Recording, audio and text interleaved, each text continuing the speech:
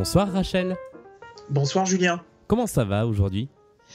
Ça va pas mal, ça va bien, ça va bien. Bien, merci d'être dans le podcast à la maison pour cet épisode numéro, je sais même plus combien, 38 je dirais à vue de nez. Tu connais la tradition de ce podcast. Je connais la tradition. On commence toujours par écouter la chanson qu'a choisie notre invité pour le début de l'entretien. Est-ce que toi tu as choisi ta chanson ? Alors je voudrais qu'on écoute Ocean of Noise d'Arcade Fire. Eh bien on va écouter ça le temps qu'on commence à se parler. Alors comment se passe le confinement pour toi maintenant depuis plus de 30 jours ? Bon, honnêtement, ça se passe bien. Ouais. Je suis certes toute seule dans mon appartement parisien, mais j'y suis bien dans cet appartement. C'est certes que 23 mètres carrés, mais c'est très lumineux. Et puis je me sentais déjà bien dans cet appartement avant, donc c'est relativement agréable. Je suis comme certaines de tes invités journalistes, donc j'ai beaucoup travaillé. Tu veux dire comme grande majorité de mes invités. Je n'osais pas mettre le doigt là-dessus.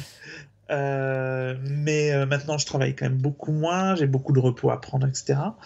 Et puis de toute façon, on était pas mal fatigués, donc je suis pas contre avoir un peu de repos, honnêtement, là, même si c'est des vacances en confinement. Donc du coup, ça structurait pas mal mon temps, et même s'il y a eu des moments bas, clairement, que les gens me manquent, vraiment, là, ça commence à être très long. Honnêtement, ça se passe pas trop mal. À quoi ça ressemble, ces moments bas dont tu parles ?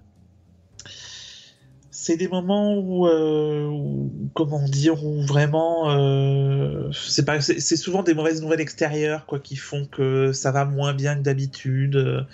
J'ai peu de moments de vrai où je m'emmerde vraiment, quoi, où certes j'aurais 1000 trucs à faire, je pourrais lire des livres, je pourrais écouter des podcasts encore plus que je ne le fais déjà. Ouais. Mais pas envie, quoi. Pas envie, la flemme. Voilà. Sinon, ouais, c'est plutôt des nouvelles extérieures, quoi, où tu sens que la famille va moins bien, ou que tu sens que où on s'est pris le nez au bureau pour rien du tout, parce que même si j'ai la chance de travailler dans un service avec qui je m'entends très bien avec les gens, ça arrive parfois qu'il y ait une petite mésentente, parce que forcément on n'est plus nez à nez, si je puis dire, et donc du coup une après-midi ça va te miner un peu. Après, il y a la dernière fois qu'il y a eu un gros moment down, c'était après la dernière allocution d'Emmanuel Macron. Ouais. Même si, bon, comme tout le monde, je me doutais bien qu'on allait aller vers mi-mai, tout m'énervait. Ça, d'autres trucs, tout m'énervait, tout m'agaçait. Et c'était dur et c'était très frustrant, et voilà, ça n'allait pas bien, quoi. C'est étonnant parce que moi, j'avoue que ça m'a fait un peu l'effet inverse, cette allocution, c'est-à-dire que ça m'a apaisé. J'ai plein d'angoisses, et notamment l'angoisse que j'avais souvent, qui était en fait, on sortira jamais, qui à ce moment-là a un peu disparu. Même si de temps en temps j'ai l'angoisse de me dire aujourd'hui on va y retourner, mais en tout cas le côté on sait pas quand est-ce qu'on va sortir, c'est effacé avec ce truc-là. D'autres angoisses sont arrivées à la place, hein, mais moi je me sentais bien justement lundi soir. Mais c'était moins... En vrai, c'était moins sur la question de la date du 2, du 11, du 18.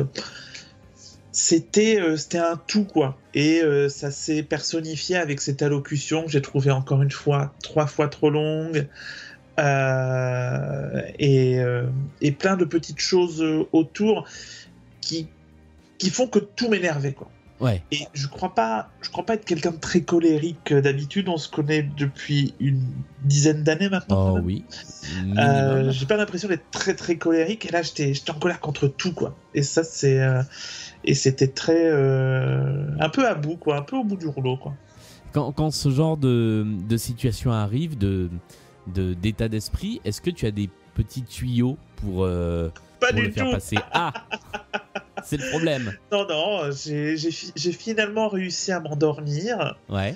Le lendemain matin, ça allait déjà un peu mieux, et puis j'ai discuté avec des gens. J'ai vu, tu vois, contrairement à toi, que d'autres personnes aussi avaient mal vécu cette soirée du lundi. Du coup, je me dis, bon, allez, je suis pas toute seule, et puis peu à peu, ça passe. Voilà. Mais non, j'ai pas particulièrement de trucs. Merde. Ah, désolé. Tu parlais tout à l'heure à la fois de tes collègues, de tes amis, des gens qui te manquent. Est-ce que ça a changé des choses pour toi au niveau de la communication avec les gens ? Moi, je me suis rendu compte que je parlais plus forcément pareil à tout le monde, qu'il y avait des choses qui avaient changé. Et d'ailleurs, ça fait partie des choses qui m'inquiètent un peu pour la sortie. Honnêtement, non, je crois pas. Alors certes, je vais voir plus de gens parce que j'ai envie de demander comment ça va, j'ai envie de prendre des nouvelles, j'ai envie des gens avec qui que je peux rencontrer dans la vie de tous les jours, qui sont plus ou moins dans mes cercles d'amis, mais avec qui je vais pas forcément discuter virtuellement. Donc ouais, je fais quand même un petit peu plus le tour, j'essaye de prendre un petit peu plus le temps. Mais c'est un truc que j'aime bien faire d'habitude, c'est-à-dire j'aime bien pouvoir voir des gens, prendre des verres en tête-à-tête, à deux ou trois. Ça, globalement, c'est ma vie parisienne et c'est un peu pour ça que je suis venu, quoi. Donc voilà. Et au travail, la communication, tu disais tout à l'heure que là, pour le coup, ça se passait pas forcément pareil. Non, ça se passe bien parce qu'en plus, je travaille chez 20 minutes. On avait déjà l'habitude du télétravail, c'était quelque chose qu'on savait déjà faire. Ouais. Alors certes, là, c'est tout le monde en télétravail, donc c'est une autre organisation.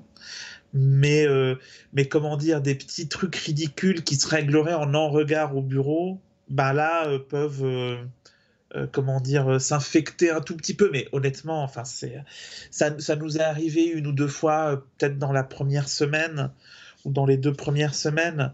Mais honnêtement, je travaille dans un service avec qui on se trouve sans les yeux fermés, si vous voulez. Ouais. Et donc ça reste très agréable de travailler avec ces personnes-là.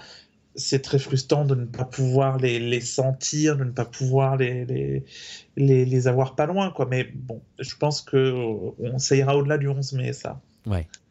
Un sujet dont on a commencé à parler avant de commencer l'enregistrement, et j'ai dit hop, ne déflorons pas tout, c'est l'après, évidemment, qui se rapproche de plus en plus, mine de rien, puisque je voyais mon père qui, sur Facebook, met maintenant tous les jours plus que X dodo. Donc là, on est passé sous les 20 dodos. Comment tu le perçois, toi, cet après, ce moment où tu vas pouvoir ressortir dans les rues de ton quartier à Paris pour faire autre chose qu'une petite promenade de santé? Je le vois pas, je le vois pas bien. Alors j'ai envie de revoir les gens, ça c'est ma priorité, clairement. Mais sur l'après, je crois que je fais un peu l'autruche, quoi. J'arrive pas bien à voir. C'est pas seulement que j'arrive pas à me projeter, mais aussi je vois bien la crise économique qui arrive, quoi. Hier encore, je parlais avec une amie qui me disait que dans sa boîte, là, ça commençait à être vraiment dur et que dans une petite boîte en plus, et que voilà, ça allait être très dur dans les mois à venir. Et mon entreprise ne sera pas forcément épargnée non plus. Mais je crois que je fais un peu l'autruche là-dessus. Et puis c'est tellement énorme. On annonce une récession de 6%, plus que ça peut-être. C'est tellement énorme, c'est inimaginable. Je n'arrive pas bien à... Il y a une erreur, quoi, dans ma tête, là, je vois pas. J'arrive pas à faire le calcul, quoi. J'ai du mal à voir ce qui va se passer, quoi. J'ai pas envie d'être pessimiste en me disant, mais de toute façon, je pense que rien ne va beaucoup changer. Ce qui, je pense, est quand même ce qui a le plus de chances d'arriver, quand même. Ouais. Et je trouve démago de dire, ah, mais tout va changer. Donc je n'en sais rien du tout, quoi. Et je pense que de toute façon, tous les gens qui parlent aujourd'hui ne font que des paris. Évidemment, il y a des gens qui auront plus raison que d'autres, qui pourront dire, ah bah tiens, je vous l'avais bien dit. En fait, ce ne sont que des paris, quoi. Qui peut dire, quoi? Oui, et on entend tout et son contraire. C'est-à-dire que moi hier, sur la même journée, j'ai entendu quelqu'un dire le matin, on ne pourra pas rouvrir les restaurants avant très longtemps, à moins de servir les repas comme dans un hôpital.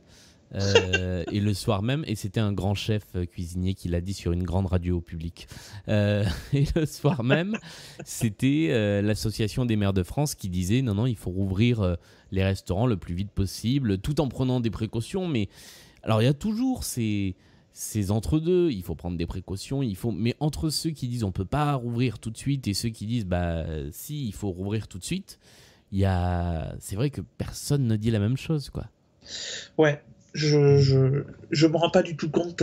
Enfin, je commence à me rendre compte des enjeux quand même. Ça fait 1 mois qu'on est sur le sujet, plus d'1 mois qu'on est sur le sujet. Bon, on commence à comprendre quel est l'enjeu. Mais en même temps, c'est vrai qu'au bout d'un moment, tu te dis, mais on ne peut pas appuyer sur pause indéfiniment, quoi. Il y a un crédit qu'on est en train d'épuiser quand même d'une certaine manière. Et en même temps, on va faire au moins 2 mois de confinement et on va dire après, bon, finalement, la deuxième vague, on la fera sans confinement. Voilà. En vrai, encore une fois, on n'en sait rien, quoi. On n'en sait rien du tout. Mais là, tu vois, du coup, on en discute, je me projette un tout petit peu plus. Mais sinon, en vrai, c'est un truc auquel je pense pas vraiment. Ouais. Mais sans même me forcer, quoi. Il y a un petit côté... Bon, bah, demain est un autre jour. Je pense même pas beaucoup au 11 mai. Pourtant, le 10, c'est mon anniversaire, donc ça pourrait être un objectif. Oui, c'est vrai. Mais ouais, non, chaque jour, chaque menu, parce que je fais beaucoup la cuisine, est un nouveau défi. Je suis un peu, je suis un peu un côté, l'important c'est les 3 points là. Alors c'est drôle parce que tu viens de tuer la question que j'allais te poser alors que j'avais un petit effet, un petit effet de surprise avec une question que j'ai jamais posée encore, alors que je pose quand même beaucoup les mêmes questions dans cette émission. C'est vrai. Qu'est-ce que tu vas faire le 11 mai ? Du coup, t'en sais rien. Bah, je pense que s'il y a possibilité, je vais voir des amis et on boit un coup pour mon anniversaire, quoi. Ouais. Enfin, on boit un coup, je sais pas, on achète une bouteille, je sais pas. J'ai la chance d'avoir un couple d'amis qui habitent dans ma rue, donc ça limite déjà les déplacements. Vénarde. Mais non, je sais pas du tout. Déjà, je pense que pas le travail, a priori. Enfin, pas le travail en présentiel. Ouais.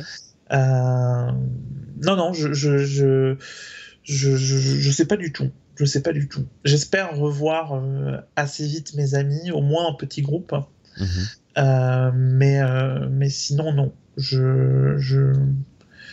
me fais pas tellement d'idées, en fait. Ouais. Ça reste encore flou. Dernière question, et celle-là, je la pose à tout le monde à chaque fois. Ouais.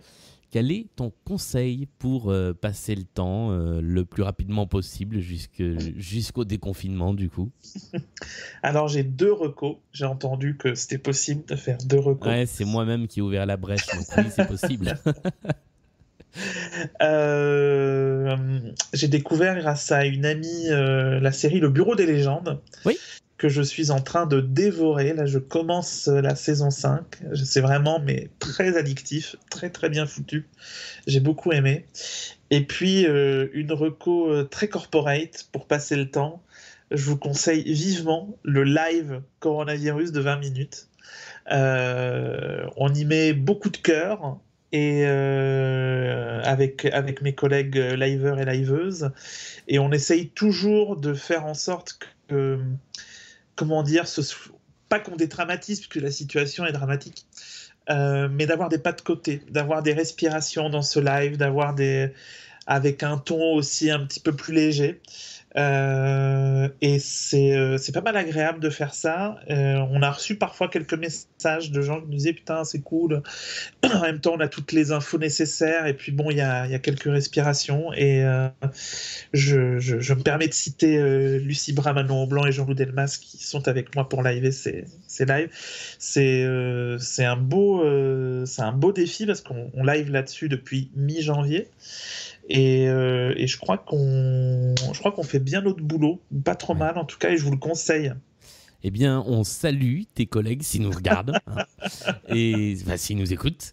Et évidemment, je valide cette recommandation parce que c'est un live de qualité. C'est très confraternel. Oui, c'est vrai. Et j'aimerais valider la recommandation du Bureau des légendes, mais moi, je n'arrive pas à regarder de série, donc je ne sais pas.